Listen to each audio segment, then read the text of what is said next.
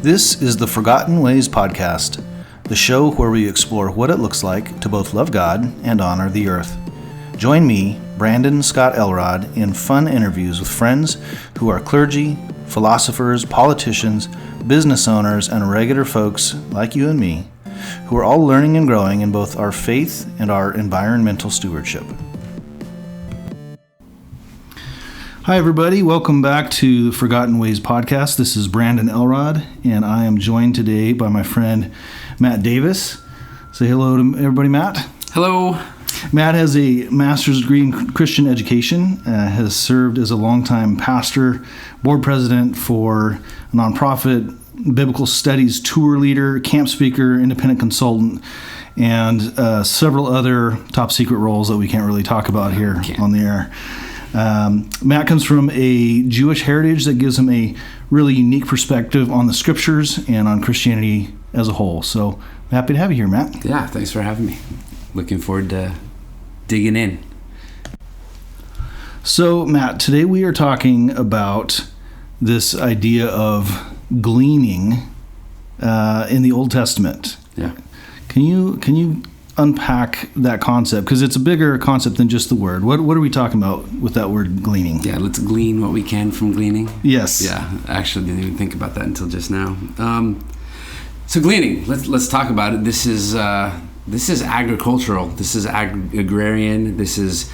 We have to be farmers a bit to understand what some of this language means, but you really have to get your mindset back into what it was like back in the old days. But the Torah gives us some laws and some concepts, and it's really a provision to take care of the social welfare of the people. How do you take care of the poor before government comes in and kind of sets up all of these programs to make sure that you have what you need? Okay, and let me pause you there. Yeah. For those who don't know, the Torah is what? Oh, that's good. It's the first 5 books of the Bible. So Genesis, Exodus, Leviticus, Numbers, and Deuteronomy. Okay. And really, that is the code by which many Jews derive everything. Everything comes from the Torah, and then we've taken off from there, and then we have like the Mishnah and the Talmud, and everybody's talking about the commentaries, the oral tradition that comes from that, and it's all about interpreting what are we going to do with how do you rest on the Shabbat, on the Sabbath, right? Is that especially in the age of a cell phone, is picking up your cell phone on the Sabbath, is that work or what? Oh, wow. So there's lots of, and we always say wherever there are 2 Jews, you have 3 opinions.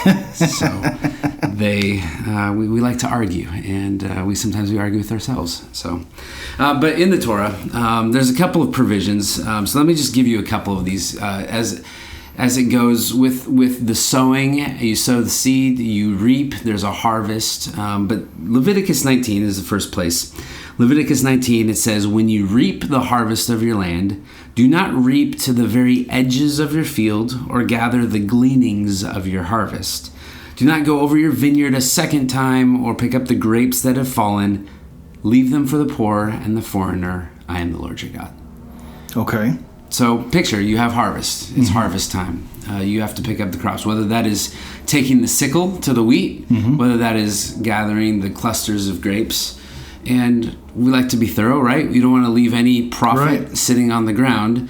And God is telling his people, hey, when you go through, when it's harvest time, and really your dependence is fully invested in what you're going to gather for the harvest, right? It's not like we ran out of groceries, let's go hit up Costco. Right. We got to pull everything from the land that we possibly can. God is giving them this command. Don't go all the way to the very edge. So don't try to milk it for all it's got. And in the process of doing this, you take example. So this idea of a sickle, right? Yeah. You're cutting stuff down. You're taking wheat. Today, our picture is much different, right? We have tractors that go through. We have very efficient machines that will go through. But these guys, you have to have them at a certain distance from each other because they're swinging. But it's not totally clean. It's not totally perfect. And so in that process, there's some loss, right? You're not going to be able to profit all of it. Instead of the manager trying to get every last penny, he says, if something falls, if we don't get everything, that's okay. God is saying, that's okay. Leave it where it lies. There's going to be some who come in after you. Okay. So don't go over your vineyard a second time. Don't go all the way to the very edge. Leave it for who? The poor and the foreigner, those who are in need. Okay? Okay. Fast forward to Leviticus 23. Very similar. When you reap the harvest of your land, do not reap to the very edges of your field the gleanings. Leave them for the poor, the foreigner residing among you. And then Deuteronomy goes a little bit more in depth. Okay. Deuteronomy 24, verse 19, it says, when you are harvesting in your field and you overlook a sheaf, do not go back and get it. Almost like I was getting a haircut the other day, and there was a dad that brought his son in and said, hey, you missed a section over here. Can we come back? He said, we have some alfalfas growing over here off to the side. Yeah. So you missed something. Don't go back and get it. Leave it for the foreigner, the fatherless, and the widow, so that the Lord your God may bless you in all of the work of your hands. So there's even a blessing attached to leaving this. This is a form of charity and provision for those who need it. Mm-hmm. When you beat the olives from your trees, do not go back over the branches a second time, right? Don't give them another shake. Leave what remains for the foreigner, the fatherless, and the widow. When you harvest the grapes in your vineyard, do not go over the vines again. Leave what remains for the foreigner, the fatherless, and the widow. We have a repetition here. There's a poetry to this. And then he says, remember that you were slaves in Egypt. This is why I command you to do this. Wow. Remember that you were, So remember that you were slaves in Egypt. So what's the direct connection there between the leaving for others and the Egypt connection? I think that there's a reminder for us, and God is always reminding his people throughout the Old Testament. Remember, I'm the Lord your God that brought you out of Egypt with a mighty outstretched arm. Remember that you were once slaves in the house of Pharaoh, and I've brought you to freedom. And in the same way, you're going to have years of plenty, and you're going to have years where you're going to be suffering, and you're going to need more than what you actually got. And who knows, you might be one of those poor, one of those fatherless, one of those widows. You may be a foreigner. And so remember these times. Don't get too high. In fact, it reminds me, there's a legend, a Jewish legend. It's lore. And it's about King Solomon, the wisest man who ever lived. And he had a trial. He brought his wise men together, which is funny that the wisest man needed wise men, but he had wise men. Told us it's wise to have wise counsel. And he said, I wish to give a present to a king of another kingdom. And I want this present, this gift, to answer the question, what can make the happy man sad and the sad man happy? So the wise men go away for a little bit, and they come back with a ring, and there's an inscription. And in Israel today, even, it's this phrase is one that is repeated, and it's just part of lore and legend throughout Israel today.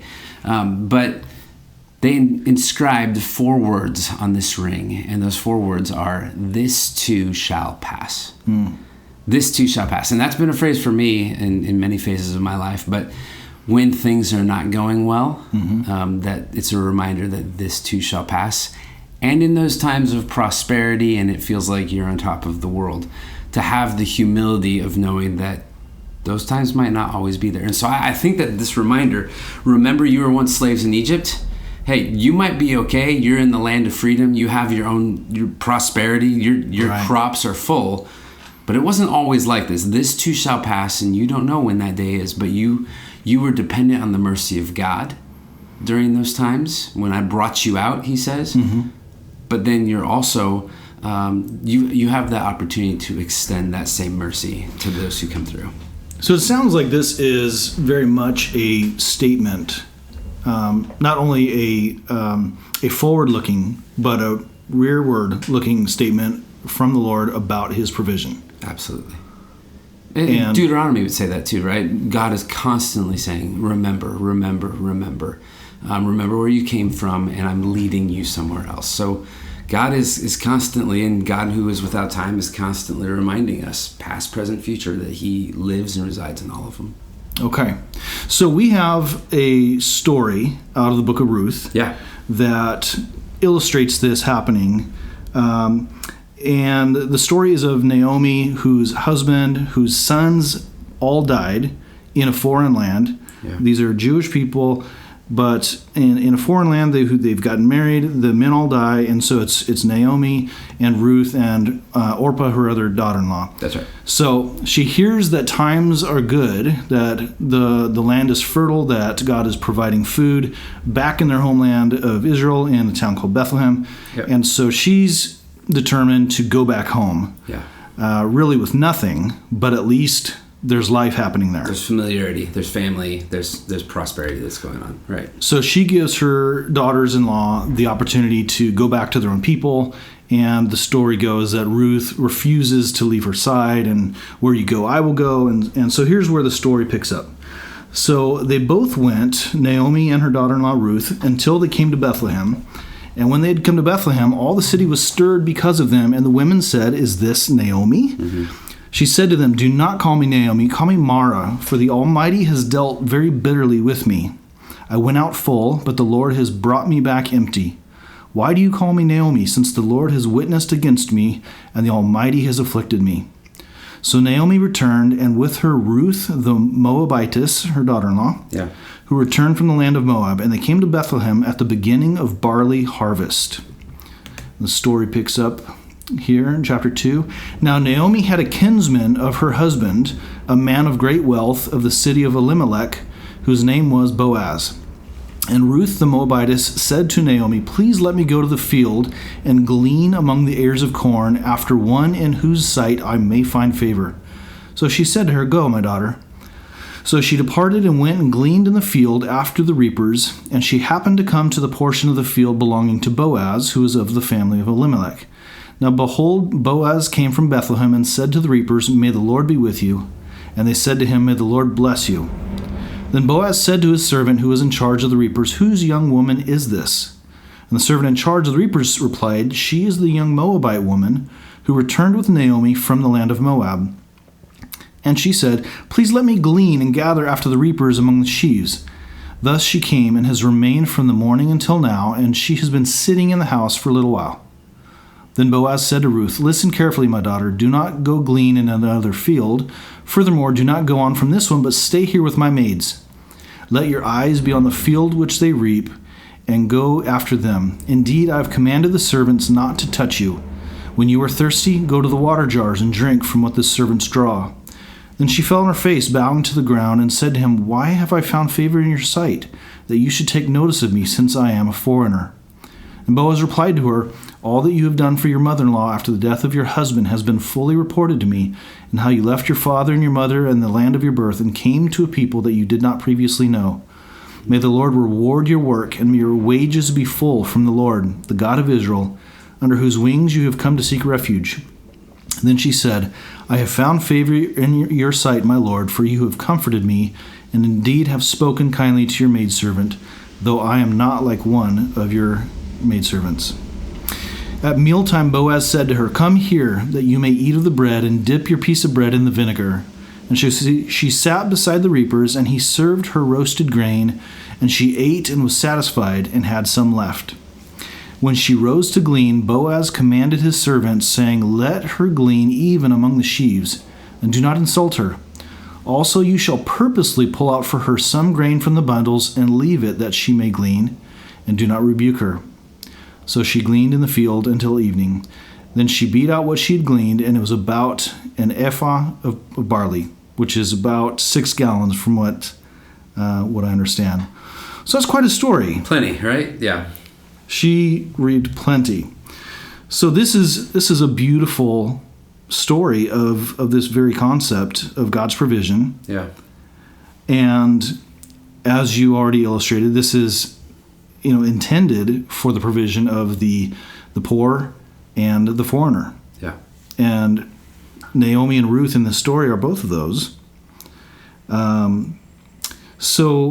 But there's some extra things going on here above and beyond God's normal mandate for provision. So what else do you see in the story? Well, we have Ruth. She's not from this place, and so she's a foreigner. There's risk for her. There's considerable risk. You, especially as a foreigner, you might not want to show up in a field that you don't have permission to be in. There are laws and there's statutes that you could actually be reprimanded, and that's even why. Yeah, go ahead. But why is that? If the Torah had this provision already, then why would that be a risk? So sometimes there are provisions, and it depends. Again, this is two Jews, three opinions. But you could have certain situations where there are those that would be from an enemy territory. There are certain permissions that are given in the process of this. And so he had to get, especially for her as a Moabitess, and this is something that Naomi was concerned about. And Naomi was the one saying, like, don't come here. Stay with your people in Moab. You don't need to do this. And that's where she's known for this line in verse 16, chapter 1. Your people will be my people, your God. I'm fully in, I'm fully invested, and I'm going to take care of you for the rest of your life. Now we have these widows that are trying to eke out a living for themselves. And so this is the beauty of Boaz. Of all of the key figures in the Old Testament, I've heard it said about Boaz that he was the one that you don't ever see any sin. Not that he didn't sin, but it's never shown that he did. But he is this kinsman redeemer, and he's saying, hey, come on out, and I'm going to give you a covering. There's a grace that is being extended to her. And not just the gleanings, but like, hey, it's okay to skip every once in a while and let her come up. So there's an extra generosity. Yeah. So again, picture the guys who are going through and they're reaping the harvest, and then you have the people who are coming right in behind them. And there were certain laws, and I've read some things that talk about here's the call of this is the time that it's starting, and this is the time that we're ending for the day, and so now the gleaning is done and taken over. But there's also like a certain manual labor that is even helping in the cleaning of the fields. Whereas they could have spent more time, and Boaz could have taken his workers and said, all right, we're going to get another round. But there's a trust. God's going to take care of us in the midst of this. So you said that the normal pattern is that those, the poor, they would be following close behind. Yep. So in this story, Boaz says, no, not even that. Not only leave extra for her, but let her glean among you as you're going. Yes. He's basically putting her on the level of his part of his the own tribe, people, right? Yeah. So and when there's a break and people come in the water, come under our tent, and here's some of our roasted grain, and there's bread, and was it the vinegar, right? So it's the original like Italian restaurant where you got the bread and you're dipping it in the oil and the vinegar, Olive Garden. Olive Garden, or maybe Step Up Macaroni Grill. There's a little something going on there. But I love the picture, and we've been out there and we've looked over these fields. This is the fields of Bethlehem, and if you look, there's a place in Israel, so it's looking over Bethlehem, Ramat Rachel. It's the hill of Rachel. This is the place where she's believed to have died. And you come out to this ending, and you see the shepherd's fields in front of you, and then just off in the distance you see the big city of Bethlehem. But beyond that, you see the rolling hills of Moab, and they're off there in the distance. And I read this story, and it's kind of fun because we have the context of having been there. Yeah. But you picture, and we saw it from Herodium. Right. But you see these rolling hills, and so I just like to picture, like, what was the agriculture, what was the farm system that was like, and there you have it, and this is Naomi's hometown from Bethlehem, and she's there, and so they're going out there, and there is this provision. They're both trusting that God is going to give them what they need here. Well, that's pretty remarkable. So did that same provision from the Lord, did that get consistently practiced up through the whole Old Testament into the time of Christ? Is that something that remained consistent, or were there interruptions to that? Even I've seen that there are even towns, there's communities even today that this practice is taking place. There have been over times, and there's actually been like court cases in France which said, like in 1830s, I heard there was something that said in France that in the communities that there's no more gleaning. The gleaning cannot take place because there were certain people that were taking advantage of that. But it does exist even in some communities today where some of that is left to be able to provide for the social welfare of the people who are coming through. Wow, that is pretty remarkable. That I hear in your explanation of this, there almost is, for lack of a better term, almost seems to be a built-in nobility for the person coming behind. Yeah, dignity even, right? A dignity that they are actually contributing to the well-being of the field. They are doing some of the work. Again, if it was going to require a second pass to make sure everything was thorough, that wouldn't just be for collecting barley and grain and fruit and such, but it would also be to complete the work. Right. So there's an element there too of it reminds me of the Aaronic blessing of the lifting of the countenance. Yeah. The lifting of the face. Yeah. I think as you look at this and you start to think about what is taking place, God has provided all throughout Scripture, all throughout human history, that there is a government in essence that is established that He's put in, and He's trying to say, look, just trust me and my ways. That's for those of us who are followers of Jesus, and we take the word of God, the Bible's literally, that there is a lifestyle that we can actually live into that is going to provide us all that we need. What I love is that this command, this idea of God's provision for us in every phase of life, it takes place. I like the passage in Deuteronomy 11, and this is God prepping His people as they're making this transition from Egypt into the Promised Land. In Deuteronomy 11, verse 8, it says this. It says, "Observe therefore all the commands I'm giving you today, so that you may have the strength to go in and take over the land that you're crossing the Jordan to possess. And so that you may live long in the land the Lord swore to your ancestors to give to them and their descendants. It's a land flowing with milk and honey," which literally, there were goats there. So you have milk from the goats. You have honey from the date palms that are there. But listen to this. "The land that you're entering to take over is not like the land of Egypt, from which you have come, where you planted your seed and you irrigated it by foot, as in a vegetable garden. But the land you're crossing the Jordan to take possession of is a land of mountains and valleys that drinks the rain from heaven. It's a land the Lord your God cares for. The eyes of the Lord your God are continually on it from the beginning of the year to its end." I had the chance to go last year to Egypt, and everything, life is based on the Nile. Everything comes off the Nile. And so the Nile is there, and there's all these tributaries, there's all of these canals, and you can see even today that the farming, the agriculture, in fact, the land, this green belt, and just look on like a satellite image of Egypt along the Nile. Right. And you have this strip of the water, the Nile going right through, and on either side of the Nile, it's green, it's plentiful. And Egypt was always called the land of plenty. That's what brought Israel to Egypt in the first place. There was a famine, there was nothing there. So you have this green strip, and then on either side of those green strips on both sides is desert. It's desolate. But the Israelites would have known the difference in how you cared for the fields and how everything took place, right? In Egypt, you had to bring water from one of these canals, these tributaries, and you water it by hand. And it's very flat. Everywhere I went in Egypt, it's all flat. But you get to the terrain of Israel, and it feels much different. There are rolling hills. Like, I remember the first time going into Jerusalem, and you realize, like, oh, it's 2,500 feet in elevation. Like, it's in the hills. There's rolling hills.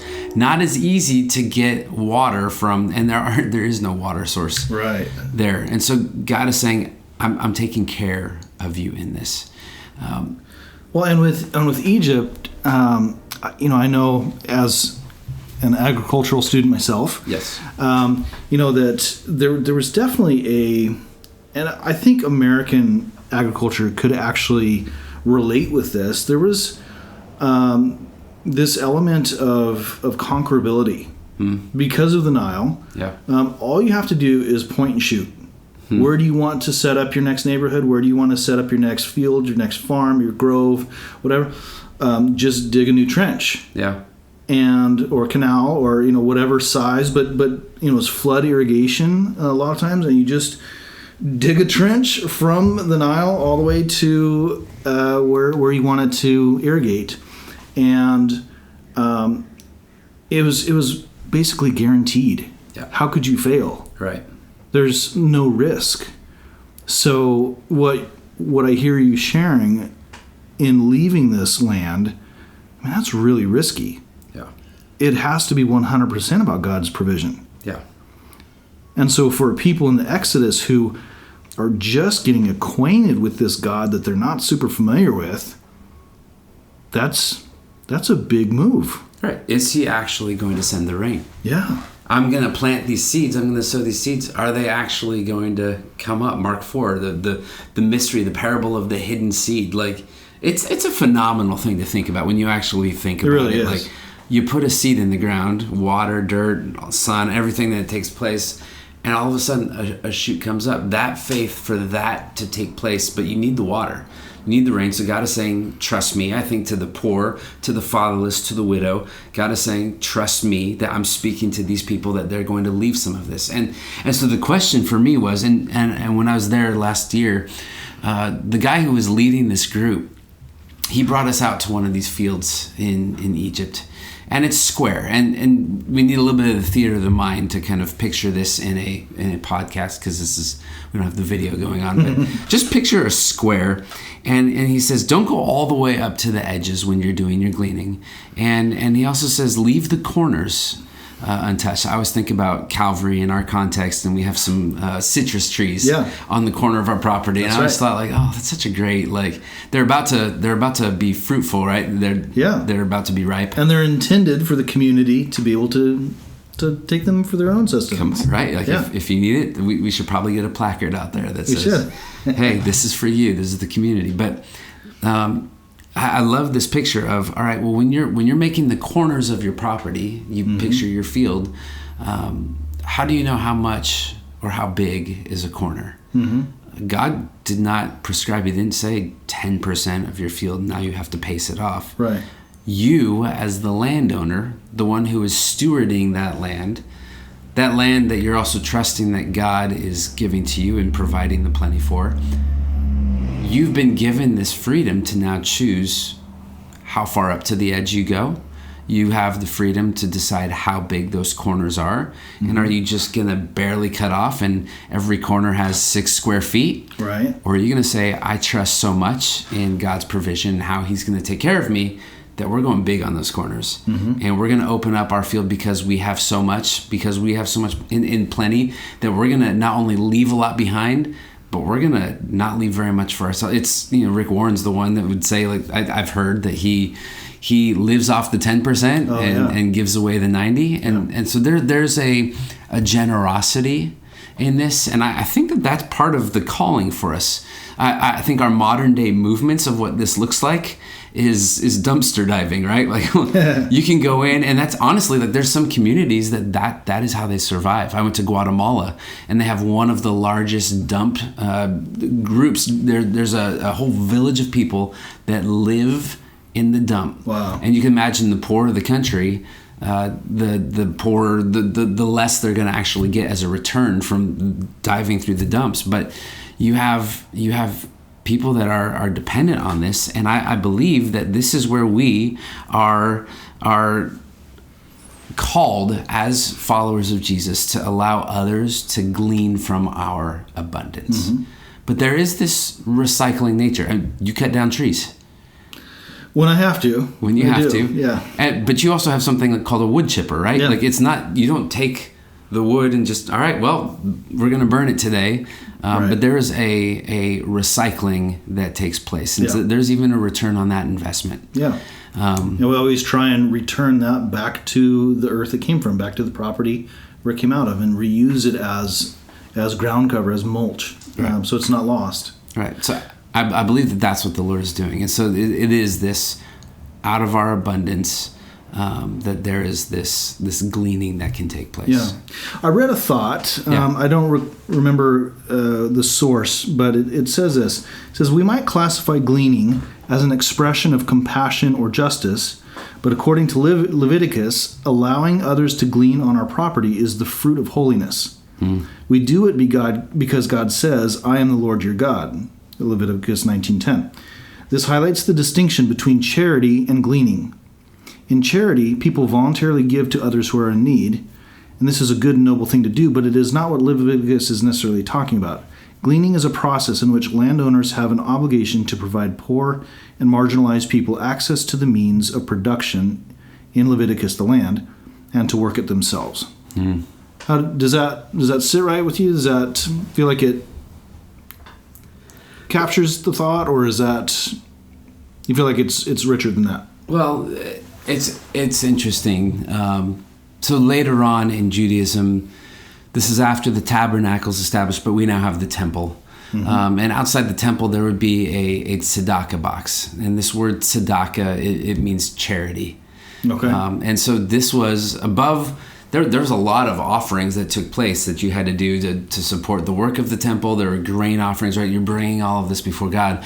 But tzedakah is this Hebrew word. It means justice. It means charity. It's righteousness. But even I remember as a little Jewish kid, when we gave our offering, they called it a tzedakah box, and so we would pass around the tzedakah box, and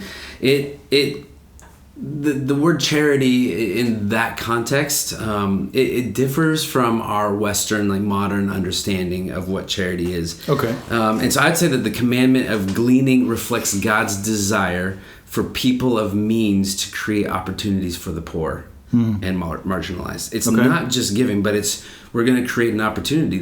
We're not just going to give you a bag of grain, but you can go through and you can actually work for it yourself. You can do some of the process of gleaning that people can come through. Charity, I would say, you can say hand out versus a hand up, if you want to make a difference. But I think they're also both a beautiful picture of God's heart towards his people. Yeah.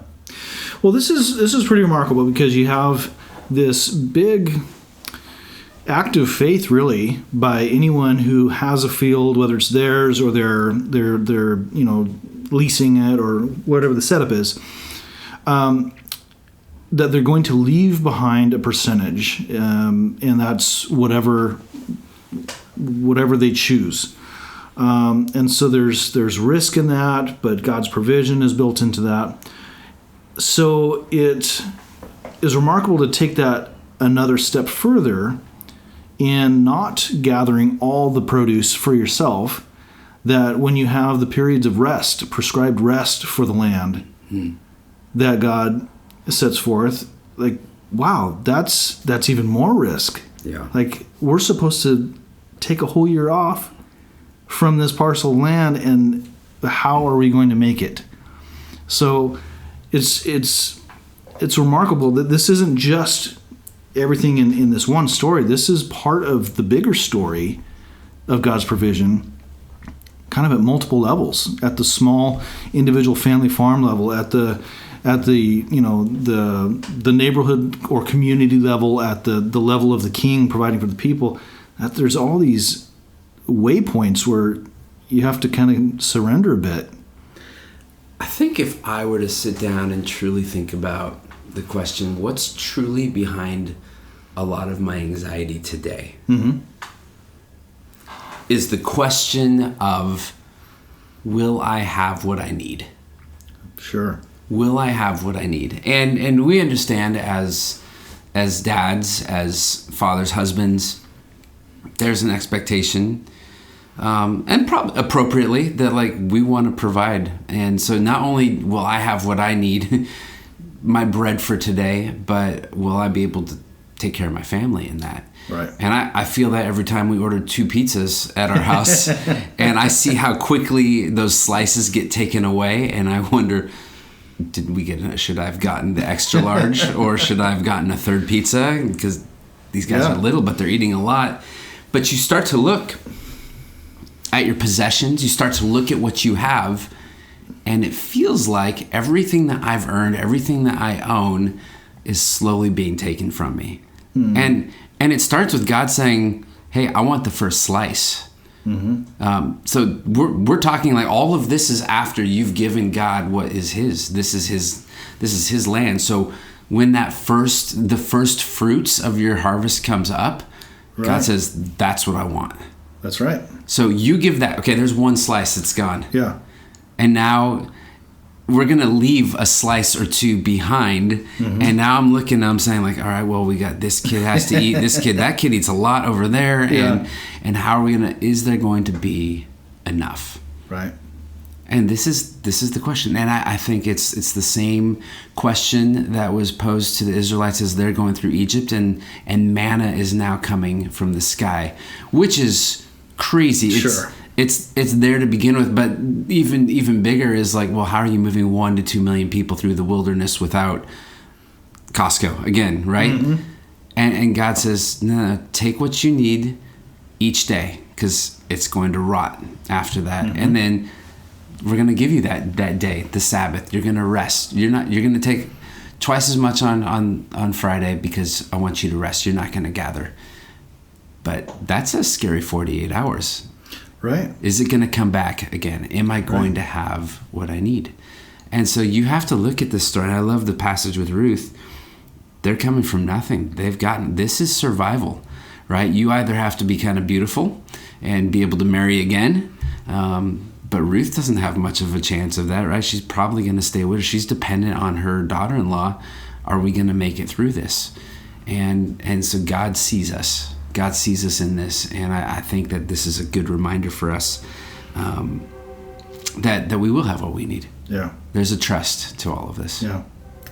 So a complicating factor, to lighten it up a little bit, would be our trip to Israel last year. Yes. We drove through a lot of landscape that was absolutely covered in rocks. Yeah. I mean, there were some fields, like, Bethlehem area overlooking it. It seemed like it was rolling hills, and it wasn't too bad. But, man, there was a lot of areas, especially kind of the north end of Galilee, where it was just boulders everywhere. And not, like, big enough ones where you can work around them. Not small enough ones you can just kind of plow through them and plant around them. No, these are, like, the wrong size rocks. These are all, like, 10-inch rocks. Like, they're just in the way. Right. You have to get rid of them. And so the stories that we see in the scriptures or the parables about the rocky soil, and I have a newfound appreciation for the challenge of having to clear the land and work the land in that setting, baking in the sun, no water anywhere nearby. You're looking for a well. Wow. That's hard. That's a hard job. Well, that's what Mark Twain in 19th century, right? Was Mark Twain 1860s or something like that? Yeah, I believe so. He takes his pilgrimage to Israel and he says, what a desolate dump of a land. And now you look at how much everything is thriving. But that took work for the early pioneers. So when some of the first settlers come through there, I've heard stories and I've seen pictures of the befores and I love before and after pictures of this is what it used to look like and here it is now, move that bus, all that. But that was a lot of the work. Some of the land was swampland, not farmable. You couldn't make anything happen. And then, you're talking about the northern Galilee, it's the Golan Heights. And you'll see rock walls that were built because those rocks were harvested from the ground. I believe it. And they piled them, and now you have to prepare the field. And so I'm sure there's a lesson even in there of making sure that field is farmable and to make that work. But all of that takes work, and when you do that, you're gleaning the fields. You are preparing the fields for a great harvest, and that is our call, right? That there is a harvest out there and that we are called to go out there and to reap that harvest. It's a beautiful thing. Wow. Well, this is, we know that the scriptures are full from front to back of examples and stories of God interacting with humankind in nature, Today we focused more on kind of the agricultural side of it and the human part and growing and this idea of gleaning is really, really fascinating, and I think really fitting in some of the conversations that are going on today about refugees and homeless and displaced peoples and what our response could be, should be, ought to be. Yeah. And it's clear in this conversation that God was not only taking care of the poor and the foreigner from a provisional perspective, their basic needs for food, but he was also providing for them in dignity, and he was providing for them in inclusion, in community, being part of the people and being part of his people. And so I think there's some really fascinating parallels we can draw between that and even as believers, as Christians, what we are called to. Yep. And do you have any closing thoughts on that? Yeah, I think people often talk about God doing exceedingly abundantly beyond all that we can ask or think, right? Ephesians talks about that. And the question for me, even as we've been thinking about it, as I've been kind of processing this topic, is, well, what does this look like in my current lifestyle? How do I actually live this out? What are the corners of the fields of my life? What are the extra margins that I can share? Am I living within my margin to be able to give margin? And so I think the challenge for us is, what are the talents and gifts that we can be leading in either our church communities, leading a study, be able to do that? What are the extra time margins that I'd be able to give? And so I can sit with some people and be of help to them.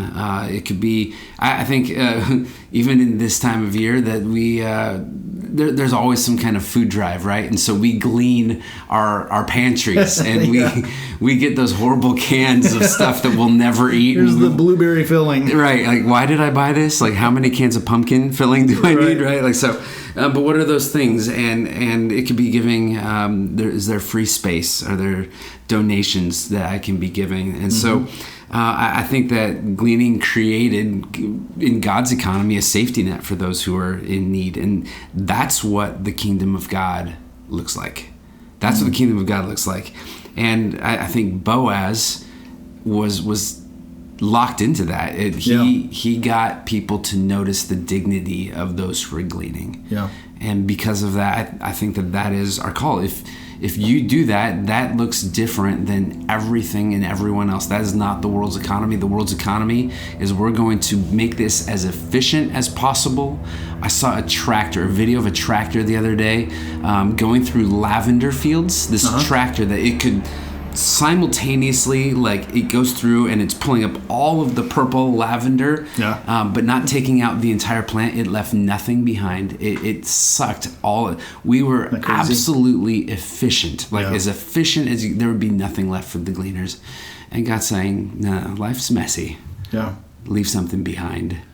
But honestly, we're afraid of the risk too. We're afraid of, in an age of terrorism, we're afraid of foreigners. In an age of, robbery and living in a city that isn't the safest in the world, we're afraid of homeless. We're afraid of people who have, who have drug issues and things like that. That it makes us so often just, get into a huddle and just try and protect ourselves, protect our interests, protect our money, protect whatever it is. Right. And kind of that, take advantage of me once, shame on you. Yeah. Take advantage of me twice, shame on me. So I'm gonna guard. I'm gonna put fences around my property. Yeah. We're not letting anything in.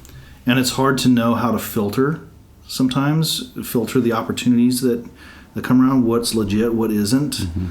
And so I think as a whole, we just get afraid. But there was certainly fear, room for fear for the Israelites. Is God going to come through? I don't actually have any water. Is he going to come through with water? Yeah. We're worried about far less. For sure. But I think we could learn a good lesson from our forefathers in the faith here. Yeah. So. And I would say maybe just even in closing is this is something that my kids challenge me often with is we live in a community where on their way to school we see multiple homeless people that are walking the streets and and so it always stirs questions for my kids. Where did they sleep last night? What are they going to eat? What's in their shopping cart? What do they absolutely need? And I think that we want to make sure that if we're going to leave something behind, that it's invested really well, right? Yeah. I'm going to give you this corner, but do you know how to make bread? Don't burn the bread. Don't mess this up. Right. And there's part of that we aren't responsible for. Yeah. There's going to come a point in time where we have to stand in front of the Lord and he's going to say, what did you do with what I gave you? Right. Matthew 25. So did you just take what I gave you and bury it? Because at least it's safe there. But I'm there's some people say, I'm not going to give money to the poor because they're just going to use it to buy things. They're going to get alcohol and all that. I think that I have a responsibility before God to do the right thing. Yeah. And I also think they do too. Yeah. And so they're going to answer to the same God, and they're going to say, well, he's going to say, what did you do with what I gave you through whatever that gift was? And so there is I don't want to be foolish, but I want to be generous to the point of it might be ridiculous, and I want to be helpful, but that is part of God's economy, and that is what the kingdom of God looks like. Yeah. Well, those are good words, and those certainly fit with the gospel, don't they? Yeah. Well, Matt, thank you for being with us today. This is going to wrap up our conversation on gleaning. So we thank you all for joining us. And Matt, we look forward to having you with us in the future. Can't wait. You've been listening to the Forgotten Ways podcast with Brandon Scott Elrod. To find out more, visit forgottenways.org. Join us next time as we once again explore what it can look like to love God and respect the earth, beginning with our own heads, hearts, and homes.